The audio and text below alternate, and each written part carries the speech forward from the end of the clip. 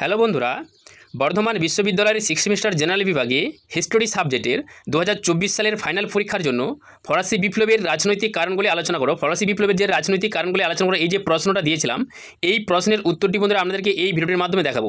এই ফরাসি বিপ্লবের রাজনৈতিক কারণগুলি আপনাদের 2024 সালের ফাইনাল পরীক্ষার জন্য খুবই গুরুত্বপূর্ণ। যারা এই প্রশ্নের উত্তরটি সংগ্রহ করতে পারেননি, অবশ্যই আপনারা খাতার মধ্যে লিখে এই প্রশ্নের উত্তরটি পড়বেন। এই প্রশ্নটি আপনাদের 2024 সালের ফাইনাল পরীক্ষার জন্য খুবই গুরুত্বপূর্ণ।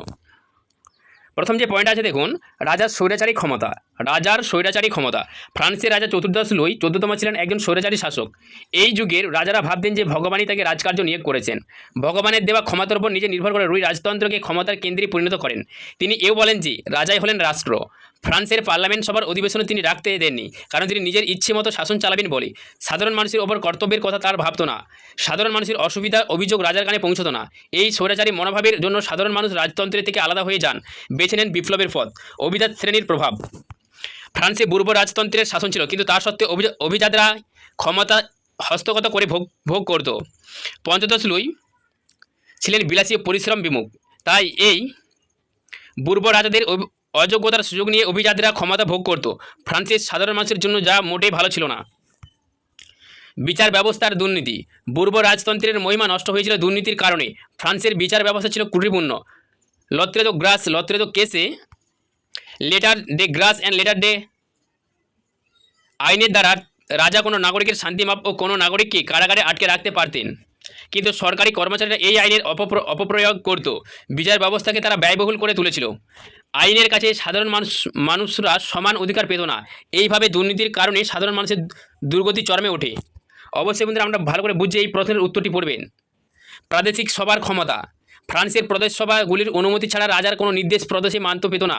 রাজার তৈরি কোনো আইন পার্লামেন্টে পেশ করা হলে পার্লামেন্ট তা নাকচ করে দিত, কারণ পার্লামেন্টের বিচারকরা ছিলেন অভিজাত শ্রেণীর।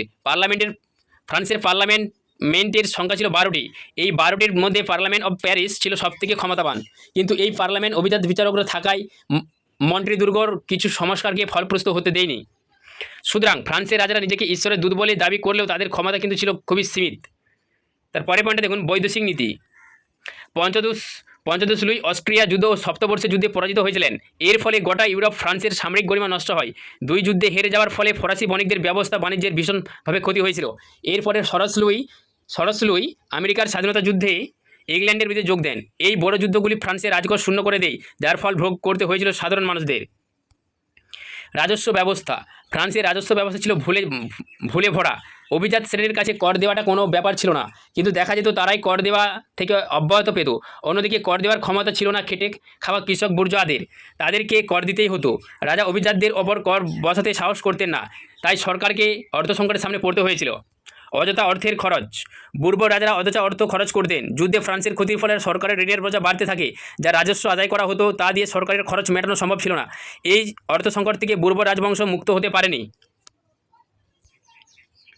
তাদের দুর্বলতাগুলি সাধারণ মানুষের সামনে চলে আসে, শুরু হয় বিপ্লব। তো অবশ্যই বন্ধুরা আমরা এই প্রশ্নের উত্তরটি, ফরাসি বিপ্লবের অর্থনৈতিক কারণ, এই প্রশ্নের উত্তরটি অবশ্যই খাতার মধ্যে লিখে ভালো করে পড়বেন। যারা এই প্রশ্নের উত্তরটি সংগ্রহ করতে পারেননি, অবশ্যই আপনারা এই প্রশ্নের উত্তরটি খাতার মধ্যে লিখে ভালো করে বুঝে পড়বেন। এই প্রশ্নটি আপনাদের 2024 সালের ফাইনাল পরীক্ষার জন্য খুবই গুরুত্বপূর্ণ। এটি 5 নম্বর কিংবা 10 নম্বর হিসেবে আপনাদের ফাইনাল পরীক্ষায় আসতে পারে।